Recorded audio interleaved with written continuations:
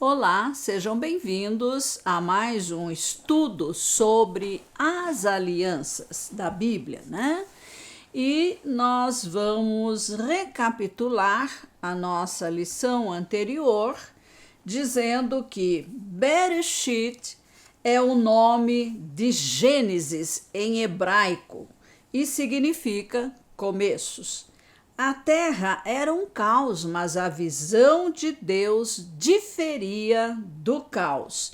A visão de Deus era a de um planeta harmonioso, equilibrado, né, em ordem.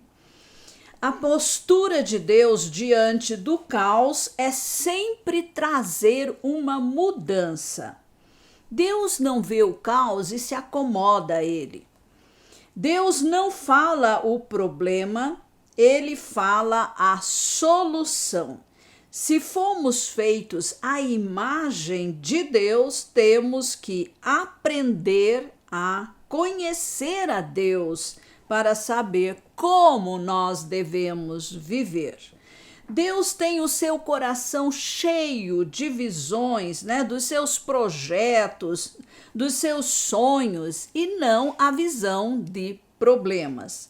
Deus vai projetar a sua visão no caos.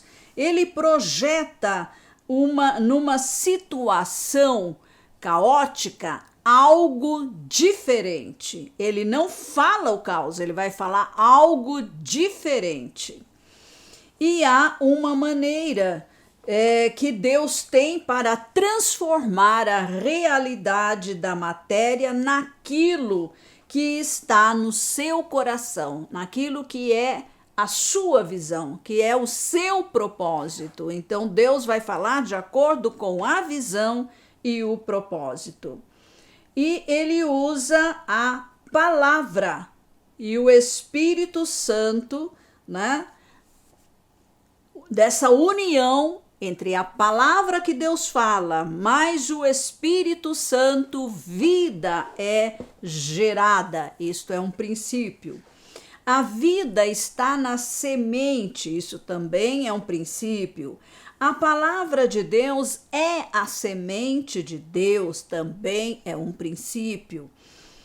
E quando a palavra é plantada, o Espírito toma essa palavra, paira sobre esta palavra, incuba esta palavra e, de repente, a vida que está dentro da semente, que é a palavra, se manifesta, germina, nasce, vem à realidade.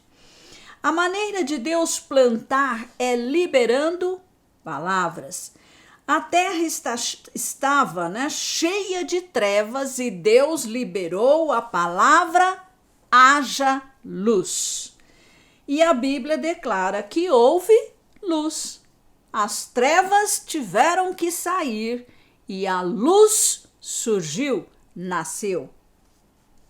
E a Bíblia declara que houve luz e que isto então nos leva a um outro princípio. A palavra de Deus produz exatamente o que ela diz. Deus disse luz, houve luz, de acordo com o que ele disse. O reino do Espírito gerou o reino da matéria. Isso também é um princípio. O reino espiritual, portanto, é mais real do que o reino da matéria. Se a origem do que vemos está no mundo que não vemos, é no mundo invisível que nós vamos encontrar a resposta para viver bem aqui no mundo visível, o mundo da matéria. Deus, que é o autor e criador, tem os princípios pelos quais o homem deve viver na terra. Como o homem é feito à imagem de Deus, ele precisa aprender a agir como Deus age. E aqui aprendemos algumas lições, né? Primeiro, preciso do Espírito Santo e da palavra para poder semear boas sementes. Todos nós atravessamos circunstâncias adversas ao que Deus planejou para a nossa vida. Todos nós queremos mudanças. Só Deus conhece a verdadeira causa dos problemas e só Ele tem a solução. No caos, na situação adversa, vamos buscar a visão de Deus. E a maneira de trazer a visão de Deus é falando a palavra de Deus na dependência do Espírito Santo. Não é o simples proferir a palavra sobre uma situação que vai fazê-la mudar. A palavra produz exatamente o que ela diz quando proferida na unção do Espírito Santo. A palavra proferida sem o Espírito Santo não realiza nada. É necessário que o Espírito Santo incube a palavra para que ela possa germinar. Devemos parar de falar problemas, porque esta não é a linguagem de Deus e nem do Espírito Santo. Neste primeiro capítulo de Gênesis, nós vamos encontrar várias vezes a expressão segundo a sua espécie. E isto nos leva a mais um princípio. Cada semente reproduz de acordo com a sua espécie. Encontramos também um outro princípio incluso no anterior, que é toda reprodução acontece através da semente. Se cada semente se reproduz de acordo com a sua espécie, se palavras são sementes, devo escolher as espécies que quero ver reproduzidas. Por 10 vezes nós vamos encontrar no capítulo 1 de Gênesis a expressão disse Deus. E isto nos leva a mais um princípio. A palavra de Deus é ação criadora. É pela palavra que Deus transforma o caos. Temos dois elementos, semente e espécie. Palavras são sementes e elas produzem de acordo com a sua espécie. Se mudarmos a qualidade da semente, teremos uma outra colheita. A colheita depende da semente. A terra produz de acordo com a semente que é lançada nela. Quanto mais estivermos semeando a palavra de Deus, mais vamos ver as coisas de Deus se manifestando na terra. E vamos fazê-lo na dependência do Espírito Santo, sabendo que é Ele que libera o poder de vida que está na semente.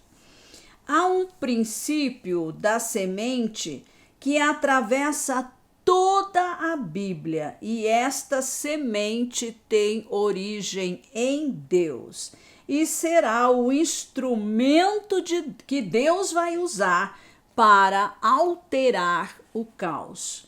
Cada palavra na Bíblia funciona como uma semente. Não devemos ser impacientes. Na parábola do grão de mostarda, Jesus fala do princípio da semente. Não importa o tamanho da semente, uma vez plantada, germinará e crescerá. Quando a semente é plantada, ela há de germinar, mas há um período de espera entre o plantar e o germinar ou nascer. Quantas vezes vem uma promessa de Deus na nossa vida, mas a nossa situação não foi alterada ainda e nós ficamos impacientes. Então devemos orar. Deus, põe guarda em meus lábios para que eu não plante nenhuma semente de espécie maligna. Nunca fale o que você não quer ver materializado. Não podemos ser descuidados no falar. Temos que escolher as palavras que vamos falar. Precisamos conhecer a Bíblia para armazenar boas sementes. A minha mente é um celeiro. É daquilo que armazenamos em nossa mente que vamos plantar com as palavras da nossa boca. A única qualidade de semente que agrada a Deus está na Bíblia, na sua palavra, nas Sagradas Escrituras. Precisamos ler, meditar, memorizar a palavra de Deus e desta maneira a nossa mente se encherá de boas sementes. O que o homem semear, isto também ceifará. Está lá em Gálatas 6:7. A nossa vida de amanhã depende do que plantamos hoje. E agora vamos falar sobre a soberania de Deus. Então, Deus é um Deus criador. Deus criou todo o universo e, por último, ele criou o homem. A soberania de Deus, Deus ressalta a sua soberania no capítulo 38 do livro de Jó, onde está claramente exposto o conteúdo que está no primeiro capítulo de Gênesis. Deus ressalta que nenhum homem estava presente quando ele lançou os fundamentos da terra. Ele não consultou nenhum ser humano sobre o que ele iria fazer.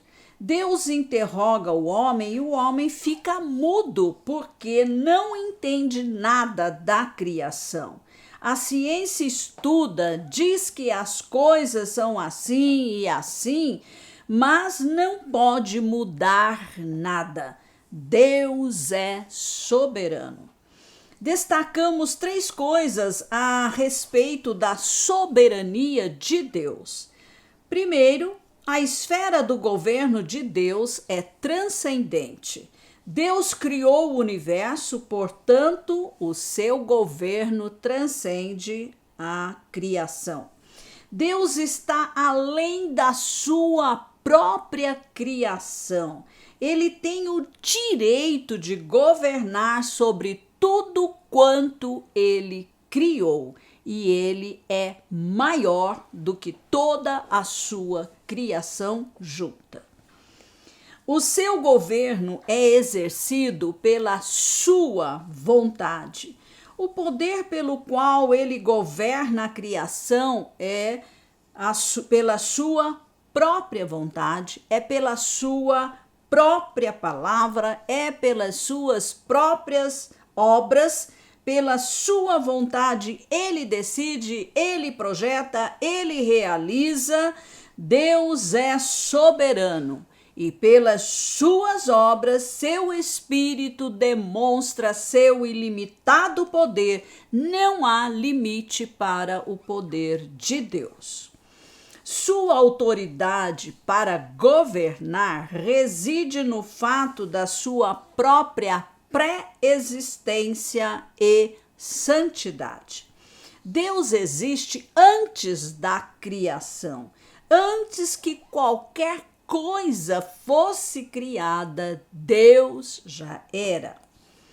Portanto, como Criador de todo o universo, ele merece ser o Todo-Poderoso, né? Porque é pré-existente à criação e nela revela sua santidade e sua bondade.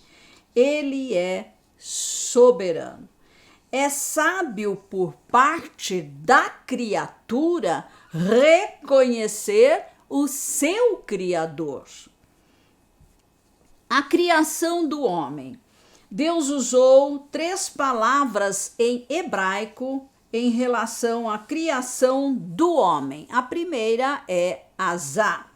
Fazer, formar, construir, preparar, dar uma identidade. Bara, produzir, executar algo raro ou maravilhoso. Yatzá, formar, moldar. Muito bem. Usando estas 3 palavras, podemos concluir: Deus usou suas mãos como o oleiro toma o barro. Ele moldou, formou, ele preparou, construiu, deu-lhe uma identidade e quando terminou a sua obra, ele olhou e disse: é muito bom, é uma peça rara. Respondendo à teoria de Darwin, o homem é uma criação toda especial de Deus. Ele não é resultado de uma evolução. O homem é resultado de uma visão que nasceu no coração de Deus mesmo. É um projeto de Deus Pai, é um projeto de Deus Filho e um projeto de Deus Espírito Santo. Quando Deus colocou o homem no planeta, não tinha nada construído e hoje basta nós olharmos, né, para vermos as marcas da inteligência que Deus deu ao homem. Um fato científico, ele é comprovado porque se repete infinitamente.